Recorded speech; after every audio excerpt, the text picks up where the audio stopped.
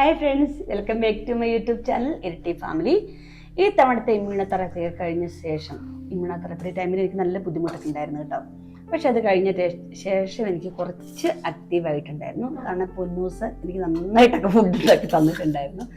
ഇപ്പം പൊന്നൂസിനോട് പറഞ്ഞു, ഞാൻ മമ്മിയെ ഇത്രത്തോളം ട്രീറ്റ് ചെയ്തിട്ട് മമ്മി ഇത്രത്തോളം ഞാൻ നോക്കിയിട്ട് മമ്മി ഒരു വീഡിയോ ഇടുന്നില്ലല്ലോ, അപ്പം ജസ്റ്റ് അങ്ങനെ വീഡിയോ ഇടണം എന്നൊക്കെ ഞാൻ അങ്ങനെ വിചാരിച്ചിട്ടുണ്ടായിരുന്നു.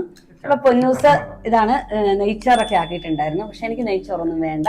ഇത് പപ്പായ്ക്ക് പൊന്നൂസ് ഇതേ കപ്പളങ്ങ കറി ഇങ്ങനെയൊക്കെ വെച്ച് കപ്പളങ്ങയും പരിപ്പൊക്കെ ഇട്ട് കറി വെച്ചിട്ടുണ്ടായിരുന്നു.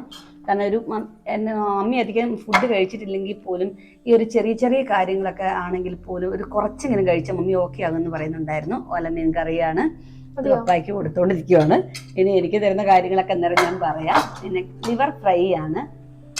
കോൺസ്റ്റിപ്പേഷന്റെ പ്രശ്നങ്ങളൊക്കെ ഉള്ളവർക്ക് ലിവറൊന്നും പറ്റത്തില്ല. പക്ഷെ എന്നോട് പൊന്നൂസ് പറയുന്നുണ്ടായിരുന്നു, ഒരു ദിവസം മമ്മി 2-3 ഒരു പീസ് മമ്മിയിൽ കഴിച്ചിട്ടുണ്ടെങ്കിൽ മമ്മിക്ക് അതിൻ്റെതായ ഒരു കാര്യങ്ങളൊക്കെ ഓക്കെ ആകും എന്നൊക്കെ പറയുന്നുണ്ടായിരുന്നു. ഒരു പീസ് മതി. അപ്പൊ ഇങ്ങനെയൊക്കെ പറയുന്നുണ്ടായിരുന്നു. മതി മതി മതി മതി. പിന്നെ എനിക്കൊരു ഫേവറേറ്റ് ഒരു സംഭവം ഉണ്ടായിരുന്നു. ഈ ഒരു ടൈമിൽ എനിക്കൊരു ഫേവറേറ്റ് ആയിട്ട് എൻ്റെ ഡെക്ക് റോസ്റ്റ് ഉണ്ടായിരുന്നു. ആ ഡെക്ക് റോസ്റ്റ് പൊന്നൂസ് എനിക്ക് ഉണ്ടാക്കി തന്നിട്ടുണ്ടായിരുന്നു. അത് മാത്രം കൊണ്ടാണ് ഞാൻ 2-3 ദിവസമായിട്ട് ഓക്കെ ആയിട്ട് ഞാൻ പിടിച്ചു നിന്നിട്ടുണ്ടായിരുന്നു. ആ ഡെക്ക് റോസ്റ്റിലാണ് നിൽക്കുന്നത്. കാരണം ചേട്ടാ ഇപ്പം കൈ കൊണ്ട് കാണിക്കുന്നതെന്ന് വെച്ചാൽ ഡെക്ക് റോസ്റ്റ് മുഴുവൻ ഞാൻ കഴിച്ചോട്ടെ എന്നാണ് പുള്ളി വിചാരിക്കുന്നത്. പിന്നെ ഈ ഒരു നമ്മുടെ ഒരു നമുക്ക് അങ്ങനെ ഒരു ഫുഡിൻ്റെ ടേസ്റ്റ് ഒന്നും എവിടെയൊന്നും എത്തിക്കാനൊന്നും പറ്റില്ല. ചെമ്മീൻ ഫ്രൈ ഉണ്ടായിരുന്നു. പിന്നെ വേണ്ട, ചെമ്മീൻ വേണ്ട മോളെ, ഇതോ വേണ്ട, എനിക്കൊന്നും വേണ്ട. പിന്നെ എനിക്ക് ഏറ്റവും എൻ്റെ ഒരു ഫേവറേറ്റ് സംഭവം പാവക്ക കറി ഉണ്ടായിരുന്നു. അത് പൊന്നൂസ് എനിക്ക് ആക്കിയിട്ടുണ്ടായിരുന്നു. ഇത്രയും ഒരു ഫുഡൊക്കെ എനിക്ക് കഴിക്കാം, അതന്നെ ഏറ്റവും വലിയൊരു പോസിറ്റീവായിട്ടുള്ളൊരു കാര്യമായിരുന്നു. കാരണം ഇത് ഈ ഒരു ഫുഡൊന്നും എനിക്ക് കഴിക്കാൻ പറ്റുന്നില്ലാത്തൊരവസ്ഥകളായിരുന്നു എൻ്റെ. പക്ഷേ ഇന്ന് ചേട്ടായി പോയിട്ടുണ്ടായിരുന്നു.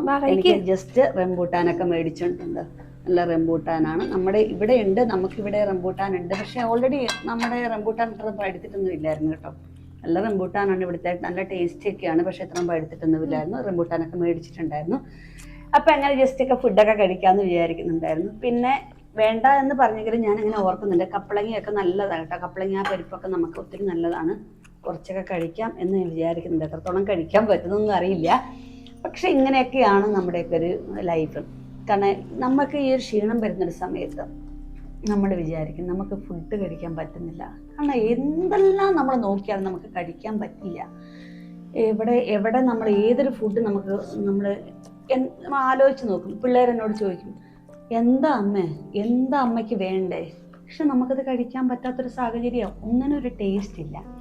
പക്ഷേ ഈ തവണ എനിക്ക് കുറച്ച് മാറ്റങ്ങളുണ്ടായിരുന്നു. ഞാൻ പറഞ്ഞല്ലോ, ഇമ്മ്യൂണോതെറാപ്പിയുടെ ഒരു സമയത്ത് പോയി കഴിഞ്ഞപ്പോൾ ഡോക്ടേഴ്സ് എന്നോട് പറഞ്ഞിട്ടുണ്ടായിരുന്നു, കുറച്ച് നാക്കിനൊക്കെ ടേസ്റ്റ് വരുന്ന ഒരു ടാബ്ലറ്റ്സ് ഒക്കെ തരാം. പക്ഷെ അതിൻ്റെയൊക്കെ ഭാഗമായിരിക്കാം കേട്ടോ.